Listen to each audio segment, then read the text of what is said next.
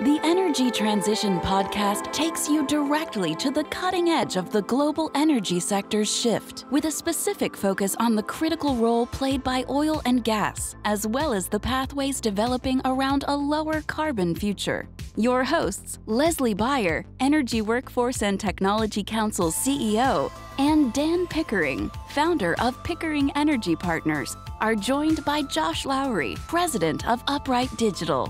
Each episode engages industry thought leaders in an exploration of market-moving trends and topics, including new technologies, ESG, capital markets, inclusion and diversity, workforce innovation, regulatory influences, and the voice of the people. Join us as the Energy Transition Podcast looks at the state of the traditional energy and oil field service sectors, emerging technologies, and the path ahead in a world of lower carbon energy development. Welcome to the Energy and Transition Podcast. My name is Josh Lowrey. I'm coming to you live from the floor of OTC 2023. I'm joined as usual with a co-host extraordinaire, Mr. Dan Pickering. How are you, sir? Josh, I'm great. We're day 3 of OTC. Yes. It's only my second day, but day 3 of the actual conference. Lots of people on the floor. Yes. Lots of buzz. So it's awesome to be here, and we got some great guests today too. We do. I mean, just before we get to that, the OTC pavilion. We're in the Energy Transition Pavilion this time, and our guests are actually, their booth is in this section as well. I'm blown away by how packed this particular area is for the last 3 days. And Yep. In fact, I want to get their opinion on it in a minute, what they think of the traffic here. But I think OTC's done a good job of addressing energy transition, the companies that are going to be around that are helping this, and honestly merging some oil and gas expertise with what's coming. So it was interesting walking in. You know, they have the little entryways where now you can advertise over the entryways and everything, and Petrobras, which is oily as oily can be, historically, right? They're advertising there. It says Petrobras, high energy, low carbon. So, you know, the carbon is creeping into everything. Right. Yeah, yesterday I tried to take credit for you and I single-handedly changing the narrative, but you were more gracious than I. You said there's other people helping out, but that's right. That's fine. There's a few people involved in this, Josh. Well, you don't know me well enough because I'm going to take all the credit when this thing happens, but we'll come back to that later. So anyway, this is a fun podcast. I'm going to just kind of steal the next part here because these are friends of mine for a long time, both personal and business. They've done an awesome job. I've watched them kind of in their career, and now this is the next step for what they're doing and leading the way. But we have two great people on the podcast today, Dan. Carrie Murtland and Ben Bodishbaugh with ICE Geothermal. Hello, everybody. Hi, guys. How's it going today? Hello. And I want to make sure, are we ICE geothermal or are we ICE thermal harvesting? ICE thermal harvesting. See, I said it wrong. Yeah, so let's go back and let you intro them again. Do it, yeah. Yeah. It's like one of the key things in a podcast is get the guest company right. So it's Carrie Murtland, right? From Houston. Yeah. You know, Tommy, you're really messing up right now. Great job. Good to meet you, Josh. Yes. So our two distinguished guests from ICE Thermal Harvesting. Hello, everybody. How are you guys doing? Great.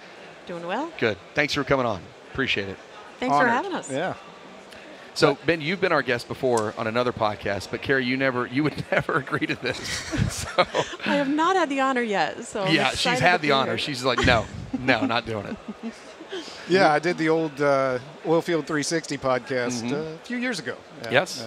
You were one of the people we could snag during COVID that would be like, yeah, I'll come in. Yeah, exactly. Well, it's good to see you guys. Yeah, it's definitely good to see you. And I got exposure to ICE Thermal through a conference that we did probably a couple of months ago now. And so I'm glad to sort of get a chance to dig into the story a little bit more. But why don't you tell us a little bit about the two of you? Tell us about you before we start talking about your business. Sure. Okay, I guess I'll go first. Ben. Yeah, so engineer by education, civil engineer, ended up landing in the oil field in the late 90s. Construction industry was down, oil field was hiring, even though oil, I think, was $15 a barrel whenever I started with Schlumberger back then. But yeah, I spent 22 years upstream oil and gas services, primarily in the pressure pumping space.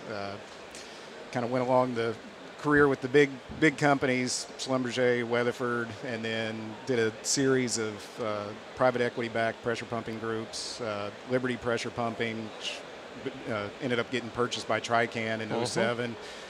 Stayed on with them till 2010. 2010 started Mission Well Services, which was an Eagle Ford-focused hydraulic fracturing company.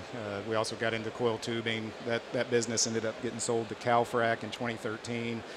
And at that time, I was actually considering getting out of the oil and gas space, or at least out of the fracturing space, and got introduced to, at the time, a nascent company that had some really cool technology and IP in the electrification of the hydraulic fracturing space. And that was interesting enough to keep me engaged. And I spent 8 years there with Evolution Well Services, kind of leading and running the operations there.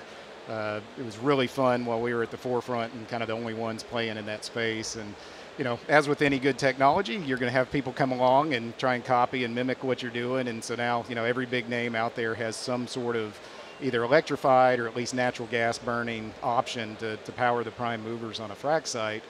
And after 22 years kind of, you know, playing that game in the frac space, it was time to do something different. And so Carrie and I kind of teamed up, and I'll let her give her background, but yeah, that's when we started ice thermal harvesting a couple years ago. So yeah, well, thanks, Ben. Yeah, so also engineer by degree, went to Michigan Tech where I got a chemical engineering degree, and funny enough, I actually had a degree concentration in alternative fuel enterprises.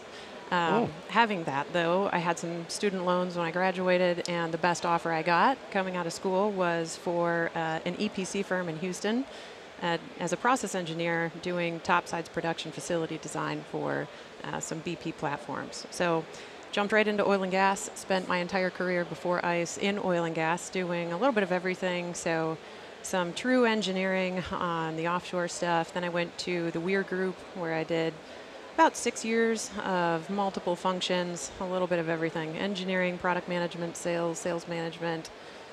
Met the folks at Evolution and decided to jump over and join that fun science project that I'd been kind of watching from afar. Had no idea what I'd be doing when I joined there, but ended up doing, again, a little bit of everything. First, figuring out how to build electric fleets, and then figuring out, you know, sales strategy, digital strategy, and ultimately heading up operations over there. So. And so you guys met at Evolution. Correct. Yeah. And so tell us about the brainchild that is now ice thermal harvesting. What is ice thermal harvesting? Tell us about the company, and how'd you decide to do it?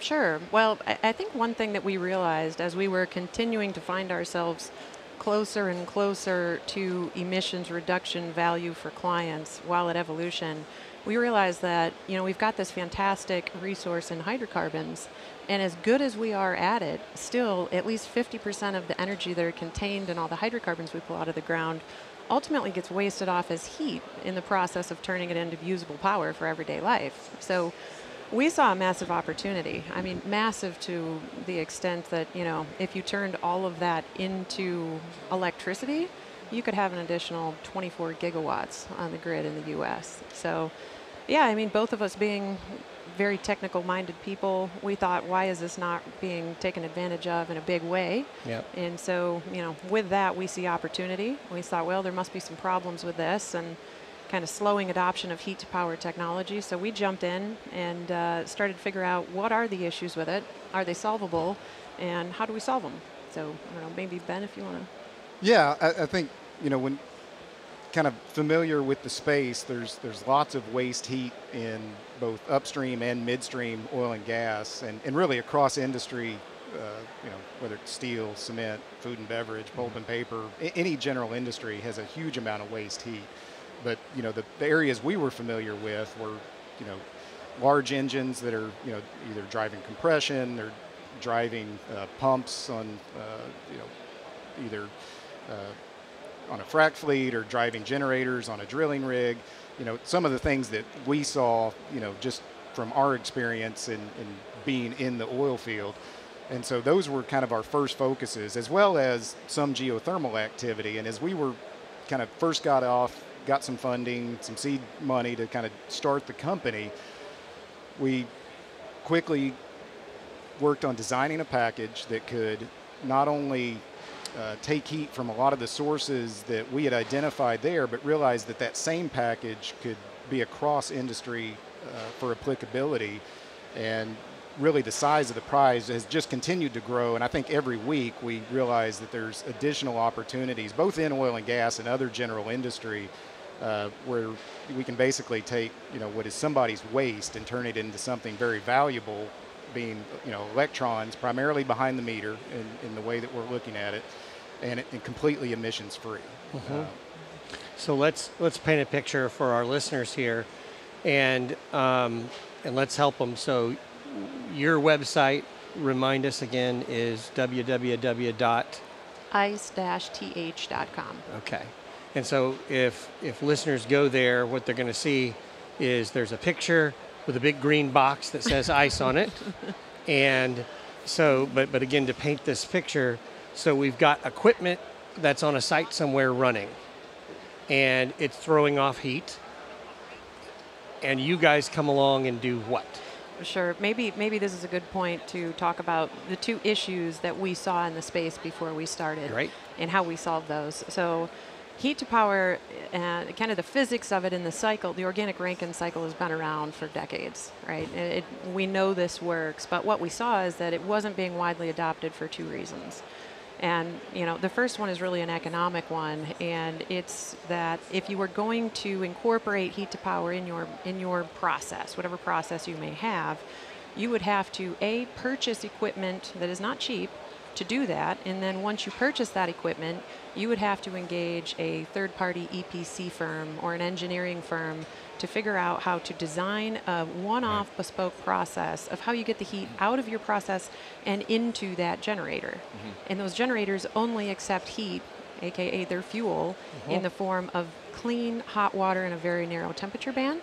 And so by the time that you layer on the cost of those ORC generators and the cost of an EPC process to design a one-off plant, the economics start to get pretty tough. So what we did is we designed the Ice Pack, which is a mini modular process plant in a box, essentially. And you can drop this on a site with no, permanent civil infrastructure needed, and it allows people to bypass that whole process. What type of size are we talking about with that? An ice pack? It's like a 20-foot shipping container. Okay. So, yeah, so that was the first thing that we realized is to make this economical and, kind of feasible, we needed to bypass that entire one-off special engineering process every time you're going to do this. So, and then secondly was just the business model. Nobody was out there offering heat to power as a service. And, being a couple of service-minded folks, we saw an opportunity there. Well, we'll come in, and we'll do this all, and we'll just sell you clean power. And that really minimized the risk for clients to adopt. You've used the term waste heat a lot, and I'm wondering, because I've learned from just being on the floor here that they've talked about a lot of this technology, or at least the concept of it has been around for a long time, right?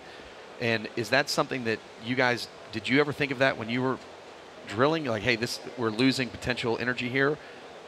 In passing, but because there was not an easily adoptable solution out there, it was one of those things that we didn't have the time or resources to do the engineering ourselves, and so we would have at Evolution. And there's nobody else coming to you. Yeah, where we had a large gas turbine, that's expelling enormous amounts of heat. We would have had to have undergone this long, expensive journey to come up with a solution, because there was nothing available on the shelf before essentially what we've got today that we can deploy in an affordable and short time frame. The ice pack then could actually have been useful to... Absolutely, yeah. Okay. Absolutely.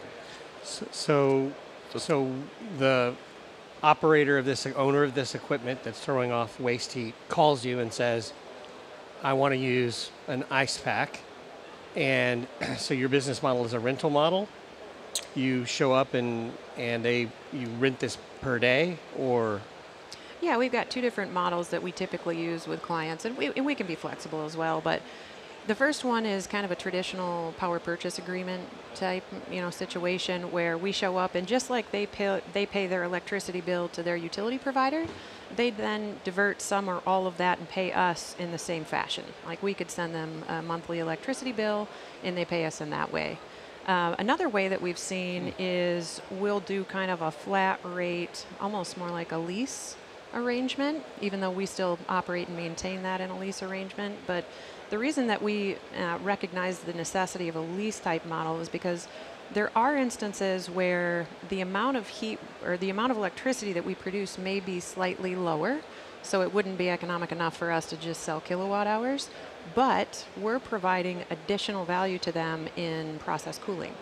So like, for instance, in the Haynesville, if I'm a producer, I'm paying, tens of thousands of dollars per month per pad to cool my gas from 250 to 290F down to 120 to sell it into the pipeline. And we said, well, wait a minute, that's not only a big source of Scope 1 emissions, but also a lot of capital going into that. So in areas that we provide additional value beyond the kilowatt hour, we usually do a lease arrangement. Mm-hmm. Mm-hmm. And you're talking about, you made the comment, your emissions-free power. So help us with that. Take us through the process that the ice pack, I assume, is not throwing off any emissions. Yeah. So, and we may flippantly kind of say ORC, organic Rankine cycle, and understanding that, the general layperson probably doesn't fully understand what that is. 98% of the people listening to this podcast will have no idea what ORC granted, is. 2.5 years ago, I'm not sure that I did either, but essentially it's a refrigerative compression process kind of running in reverse. And so we have a closed loop system that's filled with a refrigerant. It's typically some sort of propane derivative or a butane derivative refrigerant that has a very low boiling point. As we push heat into that system from whatever the source is, that liquid will then vaporize, build vapor pressure.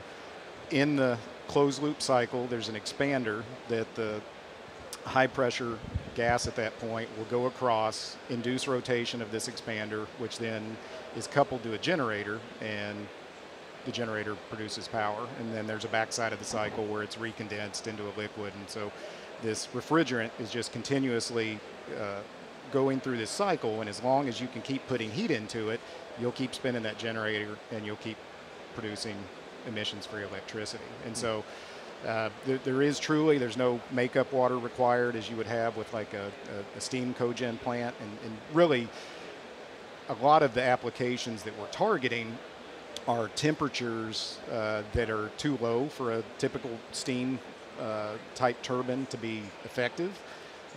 Meaning the equipment throws off heat, but it's not enough heat that you'd put a traditional steam generator. Yeah, either because the temperature's too low or there's just not enough thermal mass. Right. Yeah. So, and those are kind of the two variables that really, when we look at an opportunity, we have to gauge, all right, well, what's the peak temperature of the waste that you're throwing off? And then, how many BTUs are really coming along behind that temperature? What's an ideal opportunity then?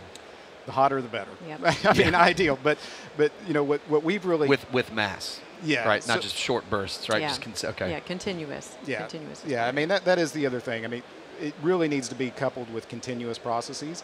It is an automated system, so if the process is dynamic, so if you have an engine that's going up, ramping up and down, so the exhaust loads may be increasing and decreasing over time, the system automatically adjusts. Even if the heat source goes away for a period of time, the system will basically, use up the available heat that's there, wind itself down, and then sit in standby mode, waiting for the heat to return. And once it returns, it ramps itself back up. So it's nice. You don't have to have, personnel constantly watching the machine. It's all remote.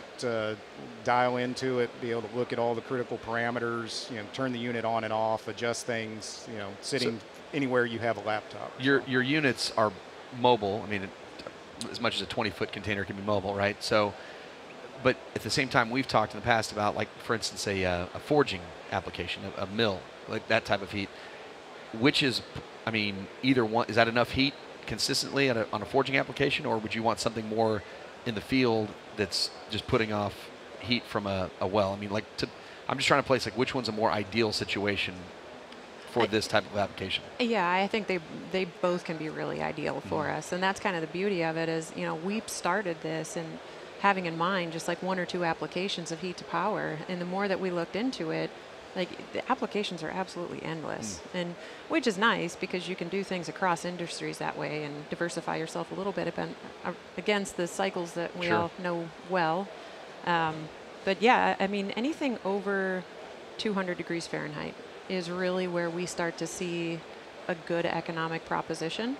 And then you just go from there in terms of flow rate of the source. And, you know, Josh, like you said, we want continuous sources.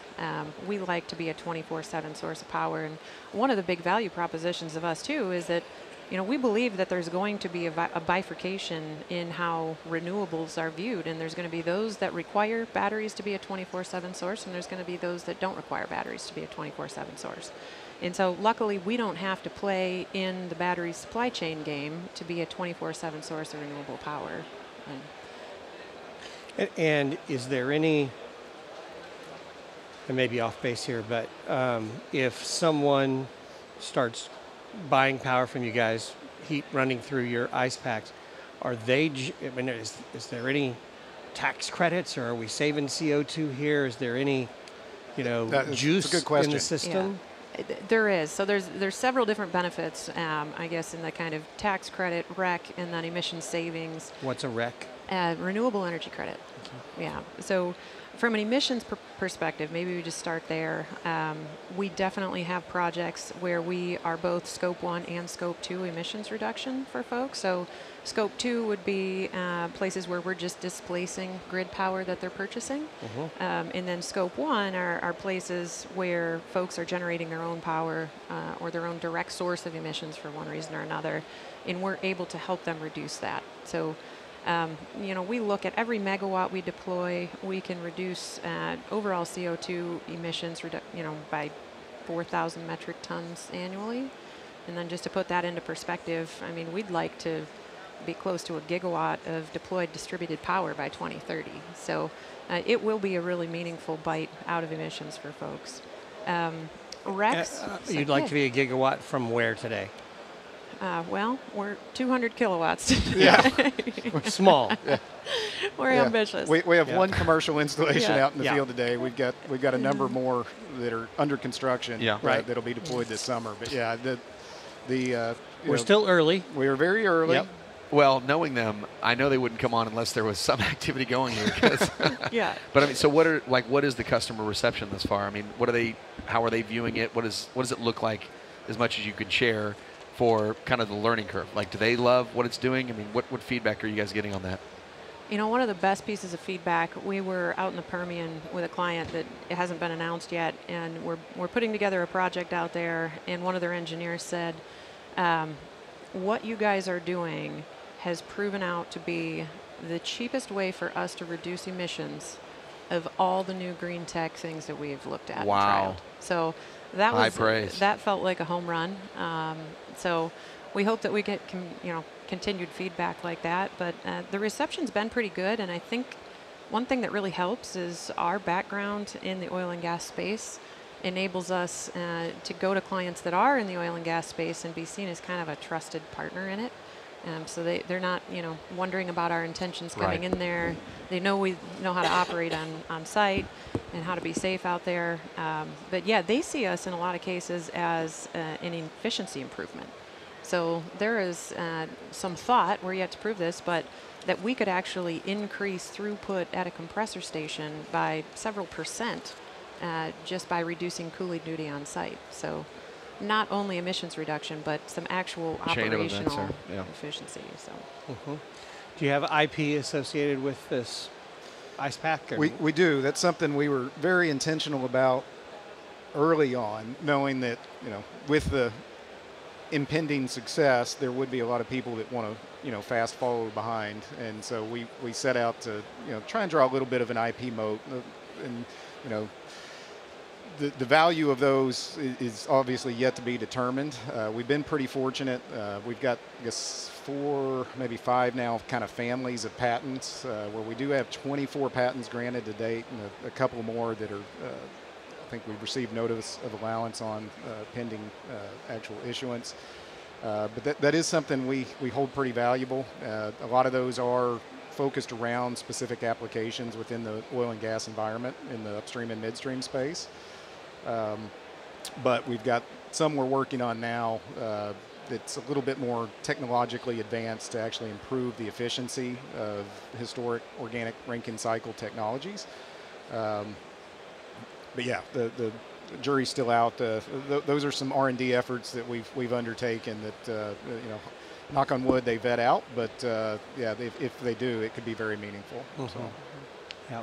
So I'm going to come back to the tax credit thing. Sure, Do your customers, are they claiming tax credits, or can you, as the owner of the asset?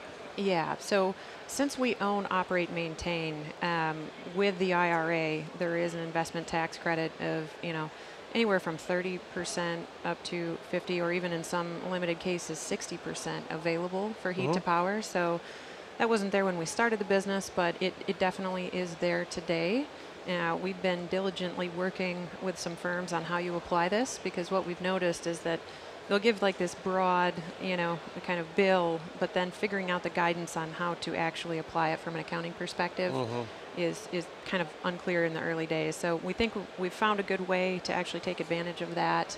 And then it's basically you have to retain ownership of the asset for 5 years to be able to take advantage of those credits. So yeah, that will definitely help. And we can then factor that into our pricing for clients and make sure that we're competitive with grid rates that they're paying today. You say definitely help, but we've had other guests like along the last 12 months that these tax credits, they come on and they say they're game changers, right, for what they've done for the industry. And I'm not trying to put words in your mouth, but is definitely helps just code for it's game changer, or is it just? Well, I'd say, for the whole industry, I'm talking. They didn't exist when we started the company. Right. And, I think one thing you got to be somewhat mindful of is that, the government can give and the government can take away, right? So I think it's very speculative to try and build a complete business plan around a tax credit that may not be there next year. And so we really try to exclude that from most of our calculations. I mean, obviously it's there, it exists, we look at it, but we try not to build a business around credits.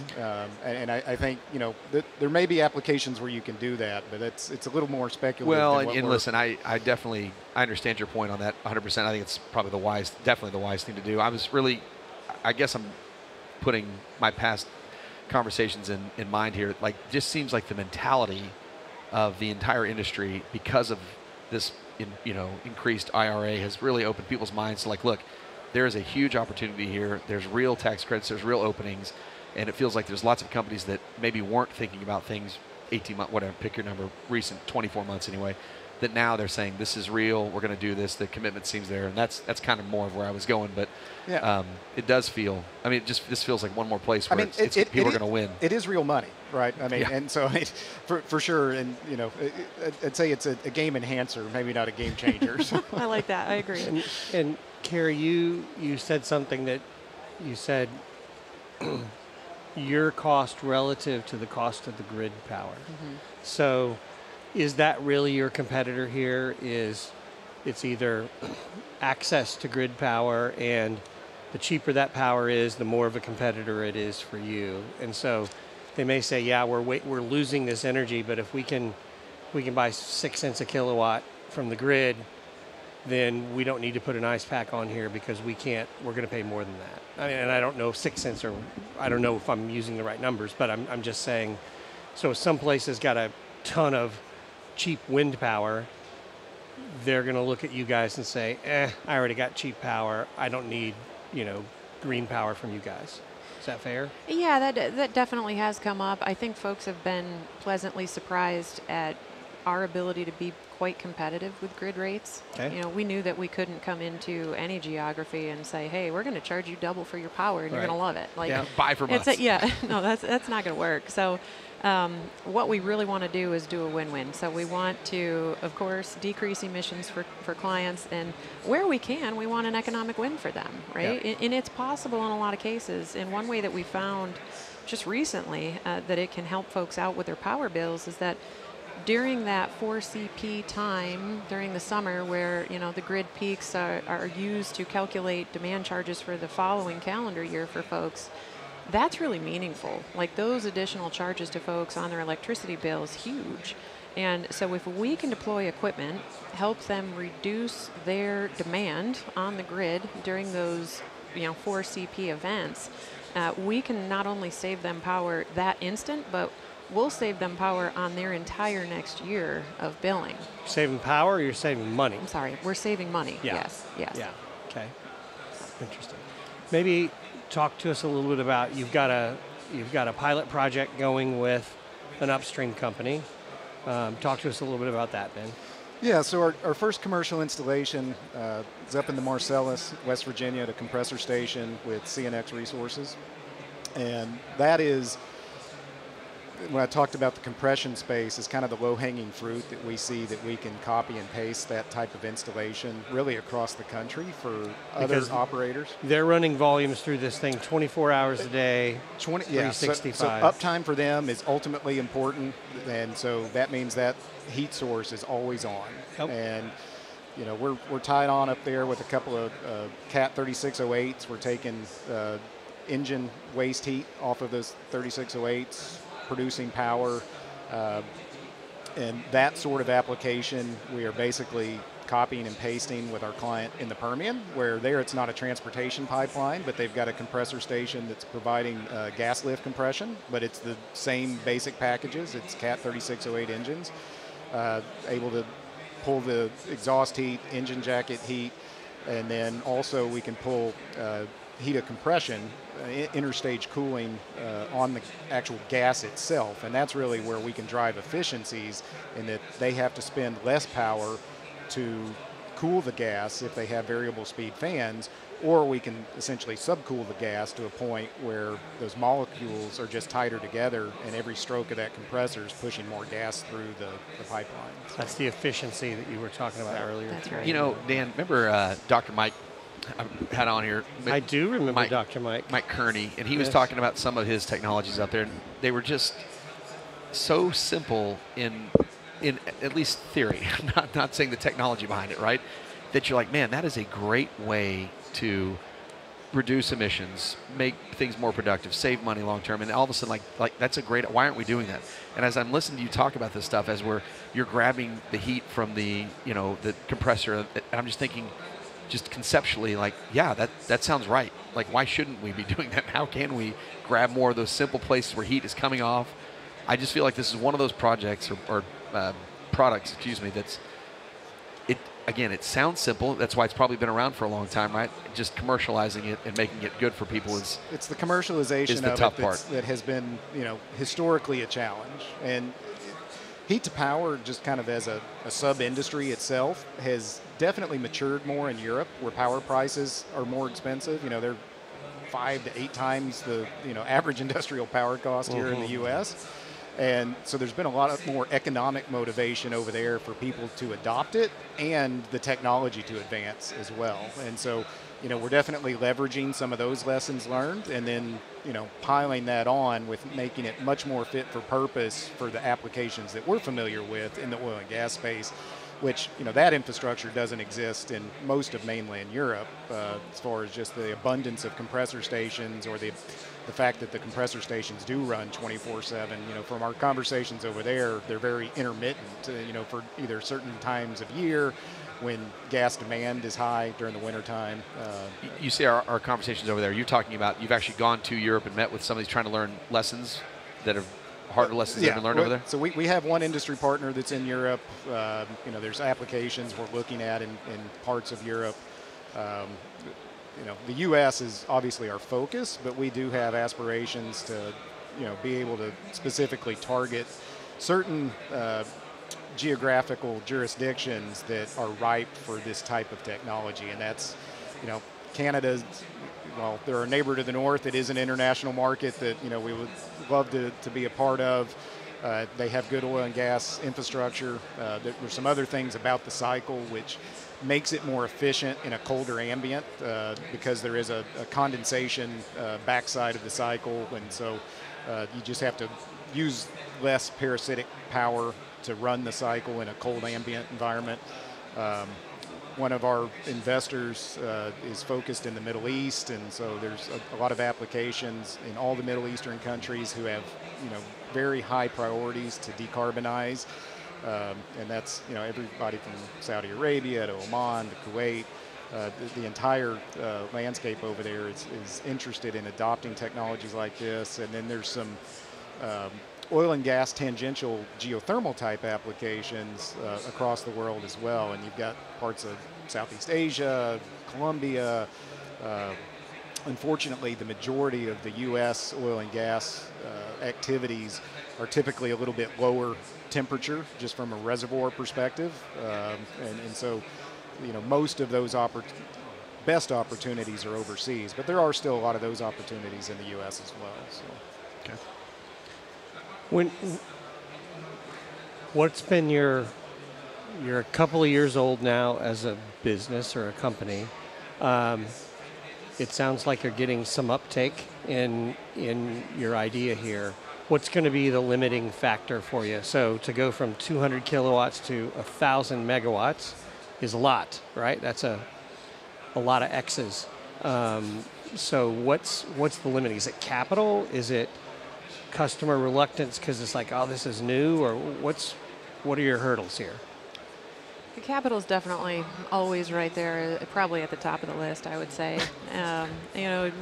We always joke that it's always going to be this, you're never going to have the right amount of capital and the right amount of contracts sold. It's either you're going to have, too much equipment, not enough contracts, or vice versa. You sign some contracts and then you need more capital to build on those. So trying to keep that balance is definitely in our crosshairs right now. So always focused on that. From the technology perspective, though, you guys are right. I mean, this is not rocket science. We've got some pretty complex, automation code and things like that. But that's not going to be the limiting factor. This isn't one of those startups or ideas where, hey, this is off the wall science. You're explaining some. Yeah. No, these principles have been proven to work. So it's just really kind of keeping track of that. I don't know, Ben, if you have any. Yeah, I mean, I think from a client perspective, once you talk to their engineers, explain it to them. I mean, these are smart process engineers. They understand, a lot of complexity of like gas plants that I don't have the understanding of. So I think once we explain it to them, it's like the principles are relatively simple. It's much less technology risk. It's more execution risk. And as we build case histories, are able to continue to show, the amount of uptime that the equipment has, that it is reliable. Those are the kind of things that'll, help kind of push a contract, I think, across the finish line. And we are collecting that data now and, are able to start to, have that pedigree that we can come and not just say, hey, we've got a prototype we want to put out here. Speed up time. Yeah. So we're very appreciative and enjoy the relationship with the guys at CNX. Their willingness to take on the pilot project, and fortunately it's gone very well to date, and we're hoping to expand that relationship as time goes on. So you're there and running. What's your uptime been? Essentially 100%. I mean, so no mechanical downtime on your end. No. Outstanding. Yeah, fortunately not. Knock on wood again. Right. But we just jinxed it. No. Don't say that. But yeah, we, it's nice. And especially coming from the hydraulic fracturing world, where it's heavy maintenance intervals, maintenance costs, maintenance intervals. Everything is very intense. And this is a closed loop system. Everything's kind of hermetically sealed. As long as, after commissioning and startup, if you don't have any problems like within the first couple weeks, there's probably not going to be any, major problems occur. And that would be more of like a manufacturing defect in one of the key critical components had occurred.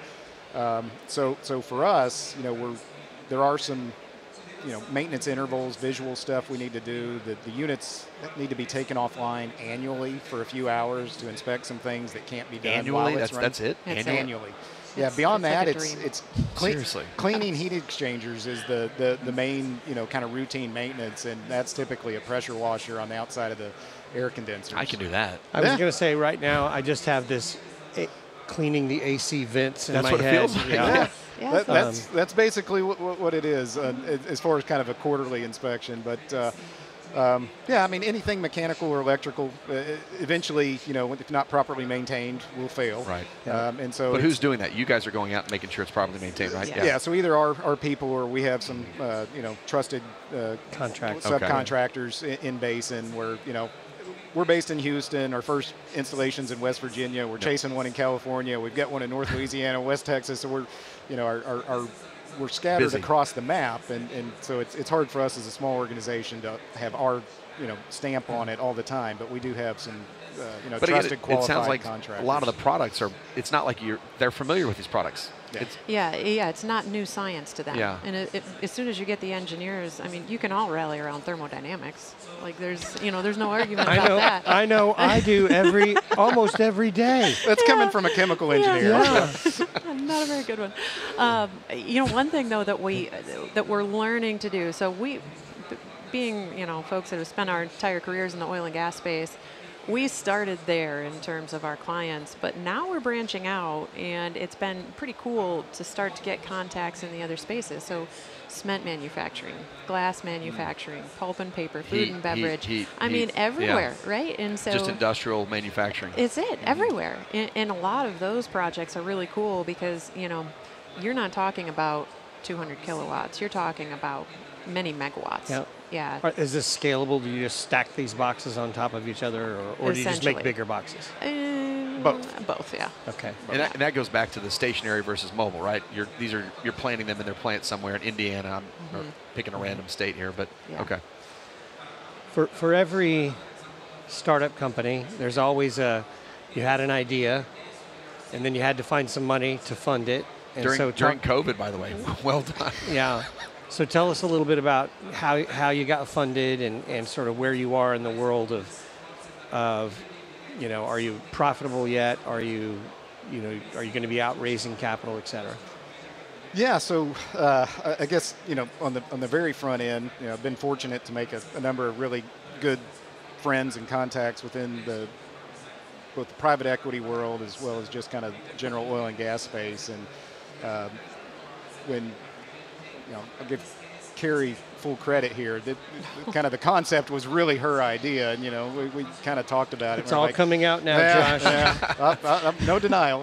And so went to a good friend of mine, Vivek Raj, who runs Genesis Capital Management, and said, "Hey, we've got this concept. Do you think you could help us raise some money around it?" And he's like, "Yeah, absolutely." And so we put together a relatively brief and we'd done some very basic back of the napkin math at that point in time and kind of market study, and went out, put a small presentation together, gave 2 pitches, got both of those groups on board. Wow. And they provided our seed investment, and that was Select Energy Services and Nesser, who is the Middle Eastern focused oil and gas service company. So man, that really gave us a false sense of how easy it would be to raise money.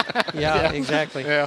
Those are not the odds. I guess this is one area where maybe this is a game changer because of the IRA. So we are working on some financing that is debt financing, but it also takes advantage of the fact that there are those tax credits available to help us get a rate that you can live with, rather than paying credit card interest rate. Right. You're paying kind of normal single digit rate to finance the equipment. And are the contracts, are they year or 2 no cut so they're financeable, or is it month to month? I like you this month, I don't like you next month. They're a handful or more is what we kind of... Handful or more? Yeah, years. Okay. Sorry. Got it. Yeah, I think all of our active proposals out now are, 7 years. Okay. We've got a 5-year, contract, and then I would say the only exception to that is a couple of, hey, we want to try this before we jump in and put this across all of our operations, so let us try it for a year, 2 years, 3 years.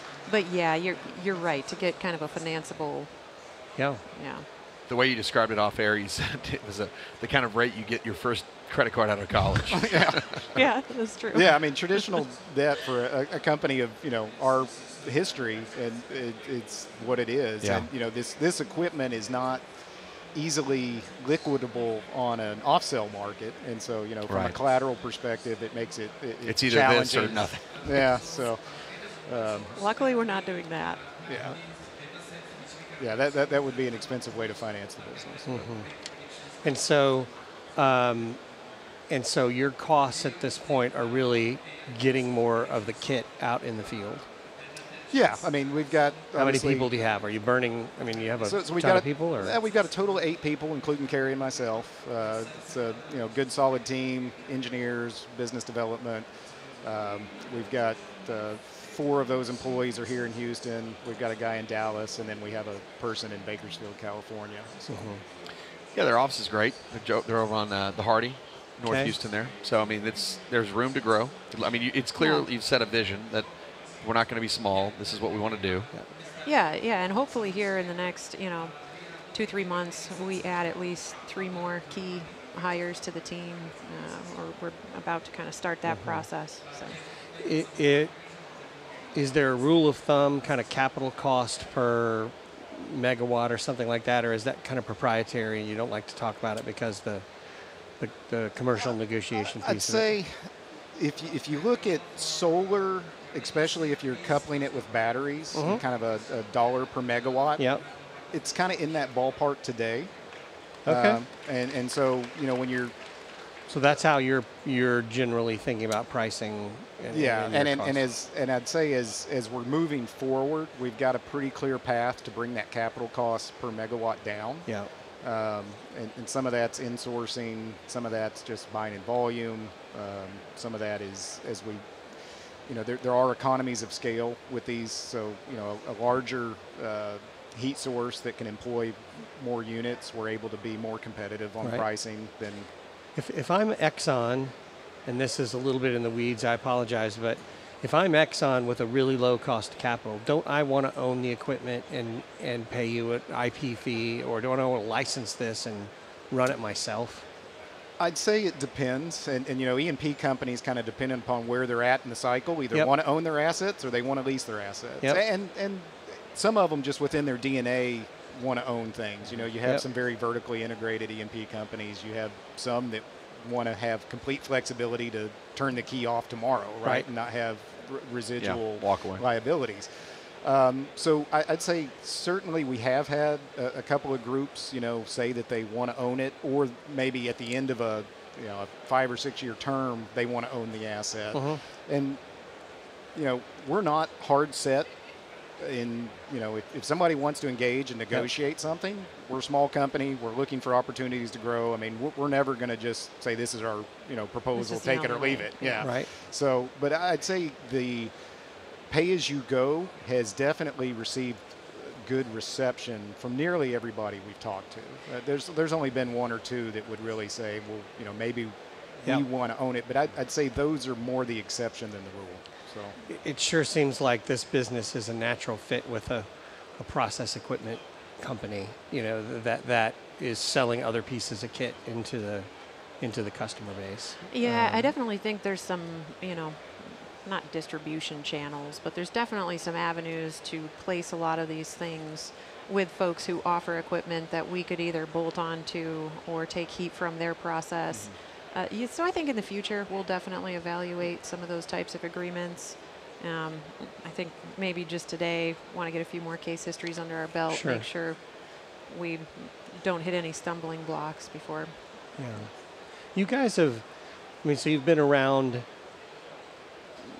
the decarbonization side of the oil patch a little bit with evolution and now with what you're doing. Do you think, so give us the insider's view. Do you think that the oil patch is serious about this, or are they just doing it because they feel pressured by their shareholders or the public or whatever it is?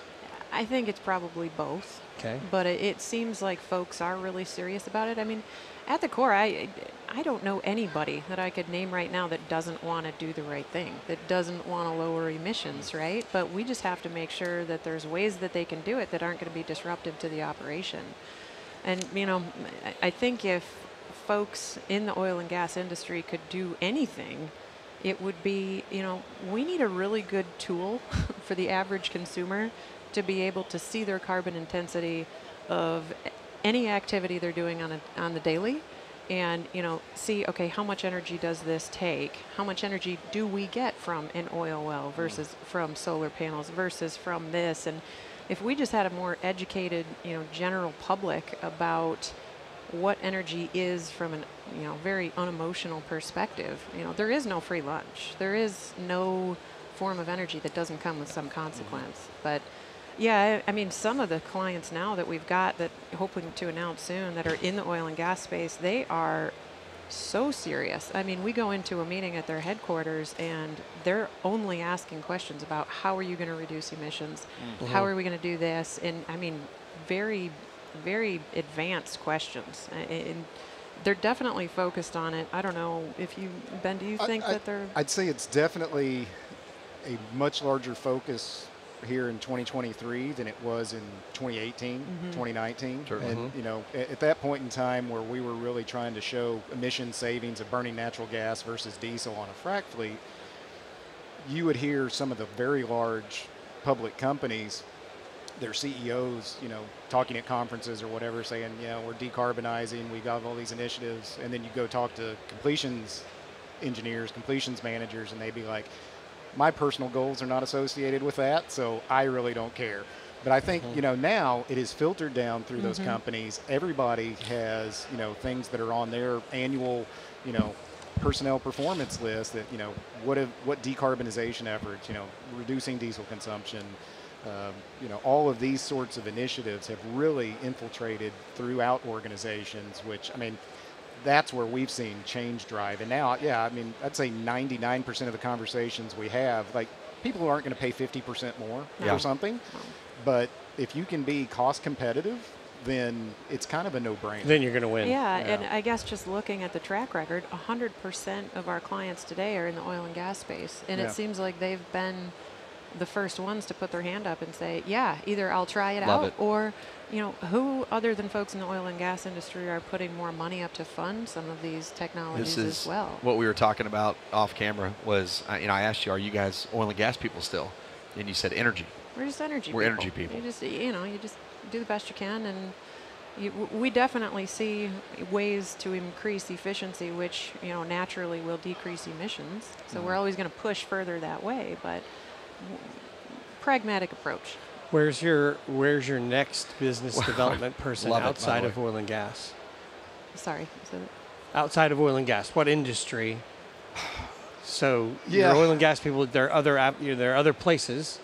So do you just try to go deep in this space because you know it, or do you say, it's cement? I think it's both, and so cement, steel, industrial. No, but pick one though. That's what I'm pushing you. See, this is the challenge we have as oil and gas people, is that when we've talked to cement manufacturers, we've talked to glass folks, we've talked to people in kind of steel treating, things that generate a lot of heat. It is challenging, just like some of them, coming into the oil and gas space trying to sell something. There's a challenge going into those industries as an outsider, because you're not ultimately familiar with how the process works. You're not from Ohio. Right. So, really, I get it. So there are definitely, objectives this year to bring on some business development folks that understand those industries, specifically, have contacts there, or, understand the sales cycle. A lot of these fixed plants, a capital project for them is a huge thing. They may only do it every 3 or 4 years, whereas oil and gas people are doing capital projects constantly. I mean, it's just the name of the game. And so it is a different industry to sell into. Right. And that's whether it's cement, steel, glass, whatever. I'd say those are more analogous to each other than they are, to oil and gas. So. And you're not going to be a huge ticket initially, right? I mean, you're not a $50 million thing. You're a $500,000 thing, or $1 million thing, or $3 million thing. I'm assuming. It's a question. You're right. And typically, I mean, there are some bigger projects that it would be more, but the thing is that it's money they're paying already. They're already paying a power bill, or they're already paying to generate power in one way or another. So it's not like we're introducing a new cost on them. That has been helpful as well. Yeah. What else do we need to know about isothermal harvesting before we hit you with the lightning round? I want to know how much fun it's been. Has it been fun? Has it been, what are the last 2.5 years been like? That's a great question. Yeah, I mean, startup kind of life gets in your blood, and I've kind of done a series of startups, and I enjoy it when it's small. You have a small, trusted team. Everything you do every day really does impact the business significantly. Everything you don't do every day significantly impacts the business, right? And so I kind of thrive in that. There's somewhat of an adrenaline junkie on that. So I've had a blast. I don't know, Carrie. Absolutely.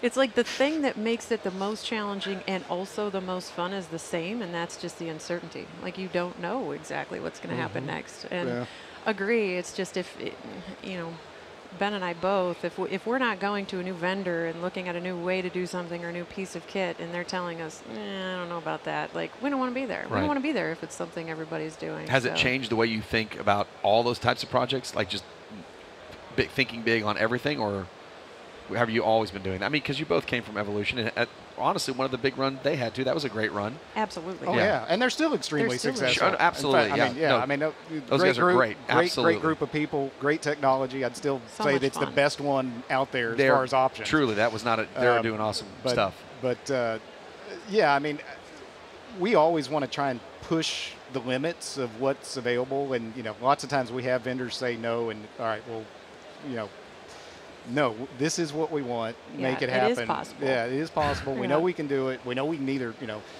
technologically it's possible. We know we can get the cost down. Maybe we just need to, do it a little different. So, you tell them to rally around the thermodynamics. And exactly. Who can't get behind that? I think that was we're going to have a banner in our front lobby now that says that. Yeah, if that's not a tagline, I don't know what is. What would you tell entrepreneurs? So you're 2 years in, Carrie. Ben, you've done this a few times now. So what suggestions would you have for the other people out there that have two folks and an idea?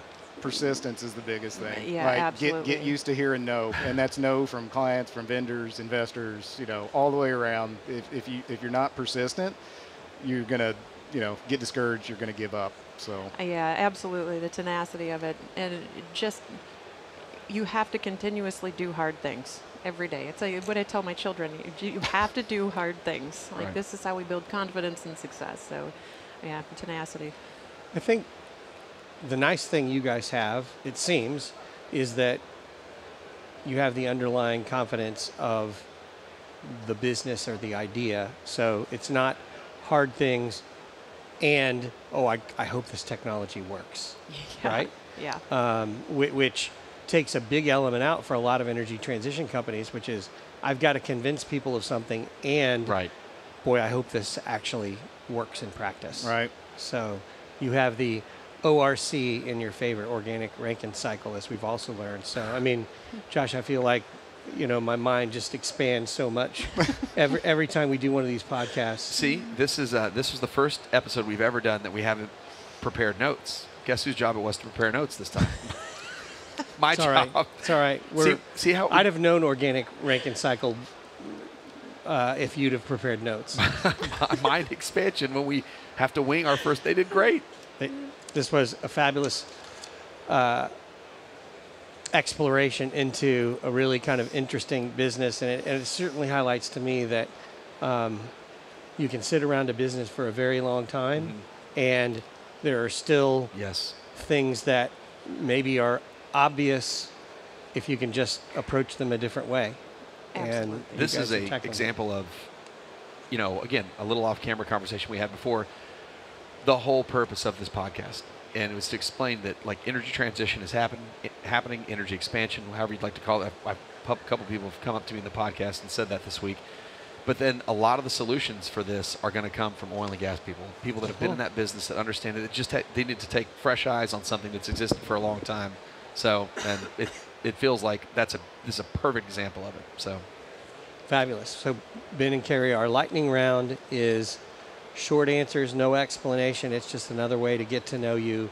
And you both have to answer.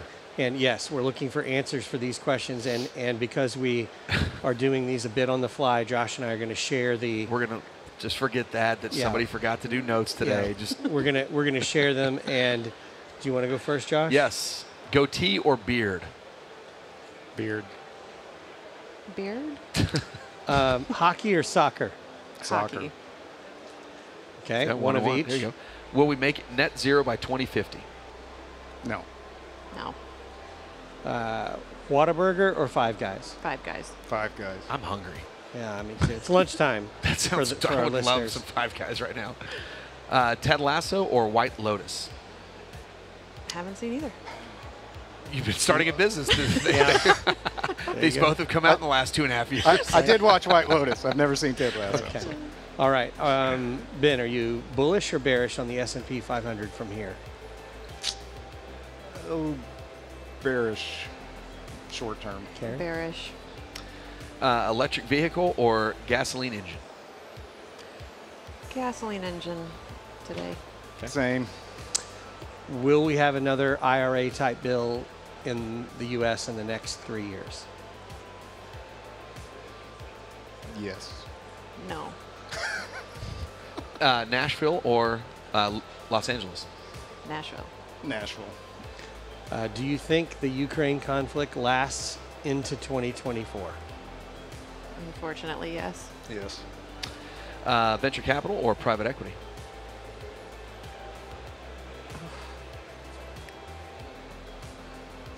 Venture? I'm not laughing at that. I'm laughing at something else. I'll Sorry. say venture as well. I want to go to the space in between. Can I say that? Sorry. Yeah, So tweener. Let me do this real Tweener. quick Yeah. because Dan will get So I already know Ben's answer for sure. Work from home, or excuse me, work from the office or work from home? I'm worked from the office. Office. That's not what I thought you would have said. I thought you would have definitely been a work from home guy, but Ben? No. you're the office guy now. He's the office guy. Okay. And the last question, not the most important one, but the most consistent question that we ask, will the Houston Texans win a Super Bowl within the next decade? Oh, I don't think so. No. I'm going to say yes. Nice. Carrie's invited back. Ben, One person on. Never. Yes, never. Fabulous discussion. Thank you so much. Carrie Murtland, Ben Bodishbaugh. Thank Appreciate you it, so guys. much, Thanks, guys. Great job.